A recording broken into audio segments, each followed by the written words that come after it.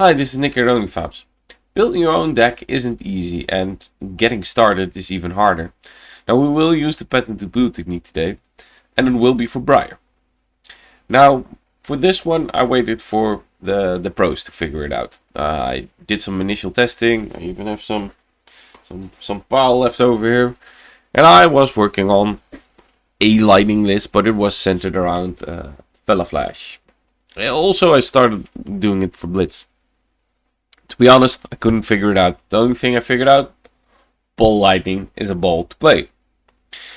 Now, sometimes getting started is as easy as copy pasting a list. And I know I've said it multiple times, don't copy paste the list. Dive into it, build your own version of it. Why? Because then you internalize all the plays and you get more intrinsic knowledge of the deck, fundamental knowledge. But now, you guys and myself are getting better and better at this game, so we can evaluate the deck list. What's the game plan? What's the core plan? How does it beat my opponent? What cards do I use to do that? And what are the deck building constraints?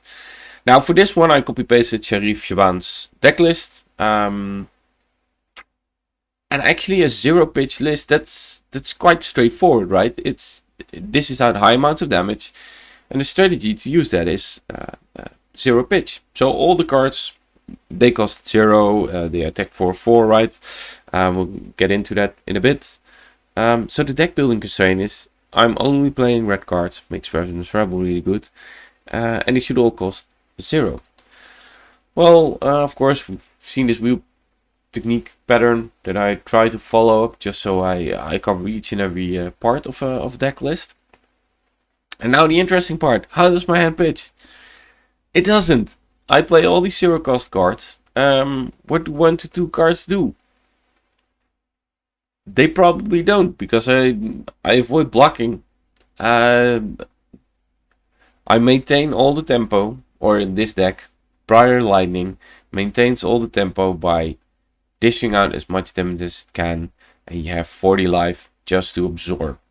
Now, you try to go over 12 block, maximum block potential of a hand, each and every turn. So the interesting part is how I normally look at a deck. For this deck, that just doesn't fly.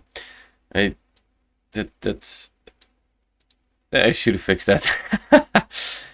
So you play these 0 cost cards, non-attack actions, and only the best ones. Captain Skull is an interesting one. It's just a flat buff for a go again source in some cases, but also if you play it and you play Electrify, then you have go again for your next deck. So it's probably in there mostly for the flat base. But the build around cards, of course, are these 0 cost attacks, some lightning cards, and mostly Plunder Run. What I've seen going through some lists, it's mostly Plunder Run.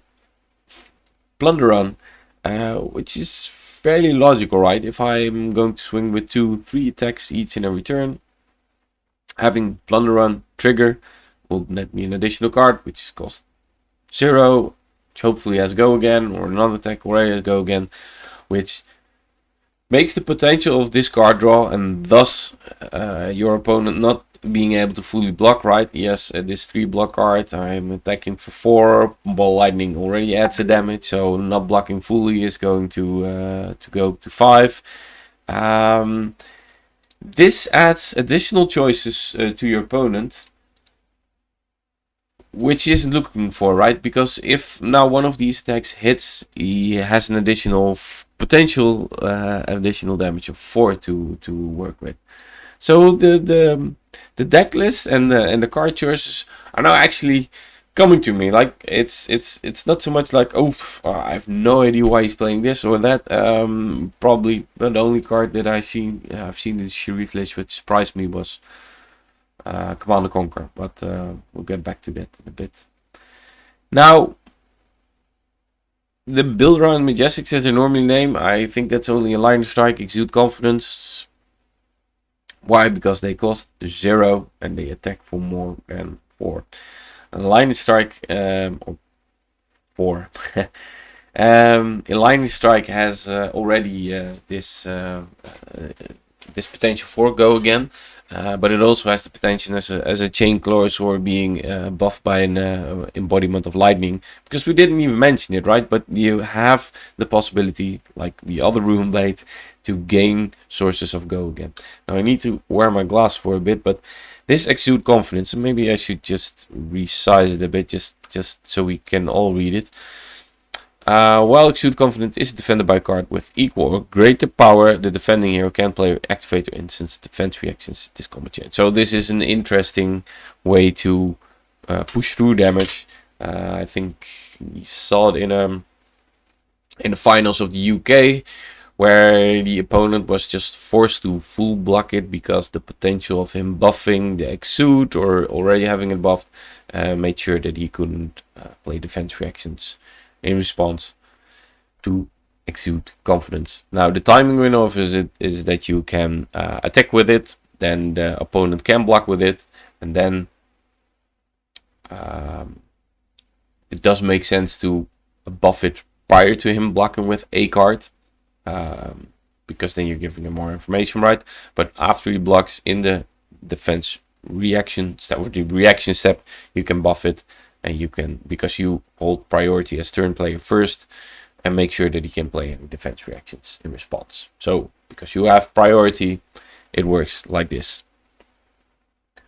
So don't go attack buffing it right away and him having that 7 attack to stop your Exude Confidence. No, just wait for him and wait for what you can see, because defense reactions actually need to be played in the defense reaction step. So shortcutting to no blocks defense reaction, that's okay, but be mindful of it, that actually it doesn't work like that in the comprehensive rules. Go look it up. Now for the equipment, it's nothing exciting. I just see these 5 pieces mostly. Spring Tunic, of course, in a 0-pitch deck, paying 1 for your Electrify, going big. 4 0 cost cards in hand. Find those Spring Tunic for your Electrify from Arsenal. Maybe you'll have 1 card, so you can actually also swing with Rosetta Thorn. The Grasp of the Arknight, they just block 2 cards. And the Arcanite Skullcap, of course, also being played because it's block 2. Hopefully Crucible brings a fantastic, majestic piece next to a Kasai Specialist Stage, a fantastic headpiece for that can compete with Arcanite Skullcap, because more and more is it evident that the block value that's right here in the below corner of your equipment, it really matters. So what's the core of this deck? We've already noticed it. I think Plunder Run, because of the on-hit effect, which has the potential to even increase the damage of your turn by 4, most likely, because of the 0-pitch strategy that you're holding. You play mostly red cards because you don't need any blue cards to pitch, right? So a card draw nets you, on average, 4 extra damage for that turn. So your opponent needs to block out, making sure that he gets inefficient blocks in. Especially combined with Ball Lightning, you're already offering him multiple turns where he needs to block out, or he will get additional damage from not being efficient with blocking. So there isn't really a on-hit effect that matters. It's just the replacement effect of Ball Lightning will increase the damage potential, and the draw of Plunder Run will also increase the damage potential of that turn.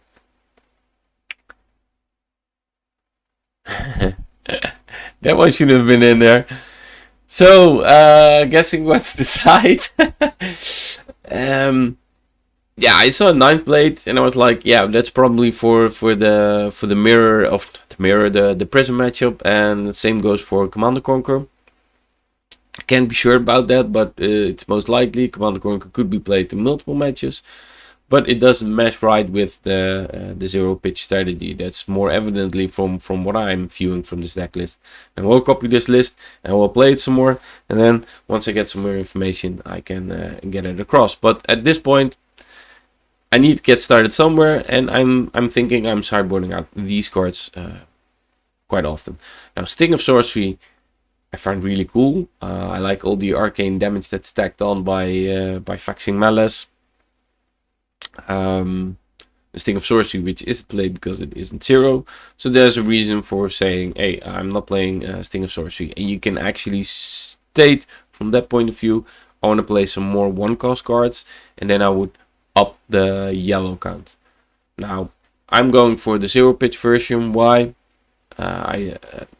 Well, I'll get back to that in a bit. But now, so what is the sideboard of this deck? Well, it's probably not much. It's like you have 5 equipment pieces, so that's 75 cards to work with. Most likely he's sideboarding out 6, 7, 8 cards, because the critical mass, the redundancy of all these 0 cost 4 attacks, 3 attacks,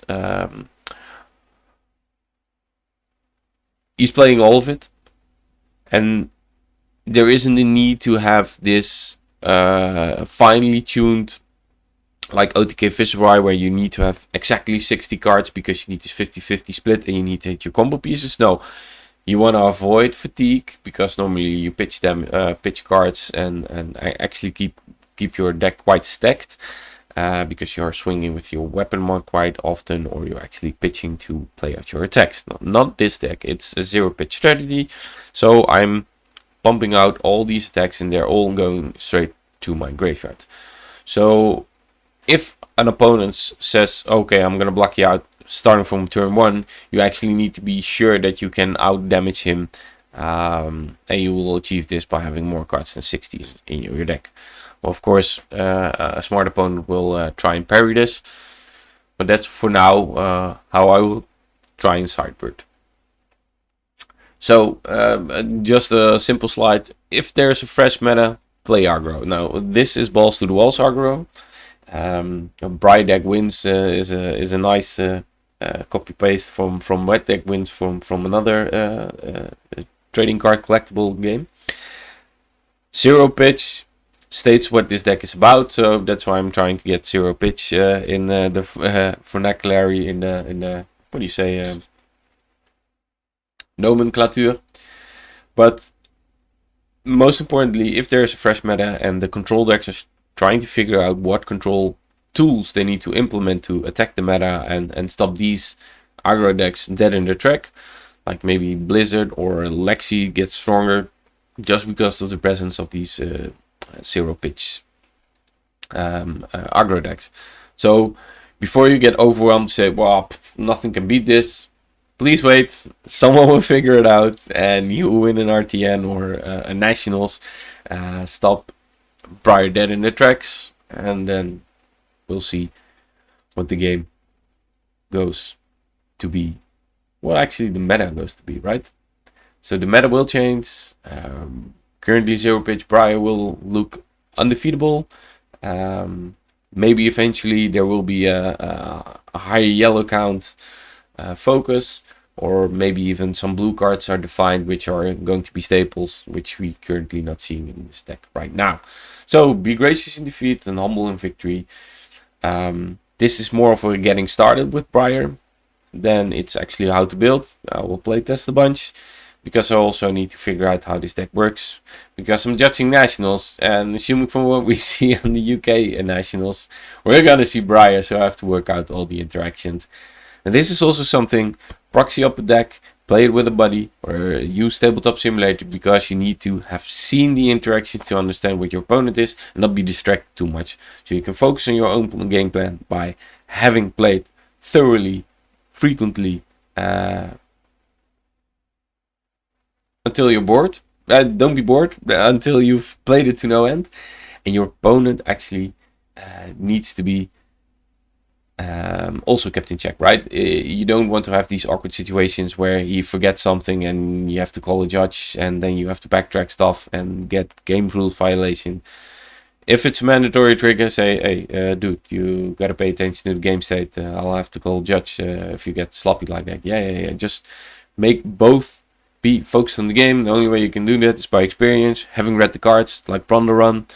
Isn't your next attack, it's the entire combat chain goes for your next attack that turn. Ball Lightning is combat chain.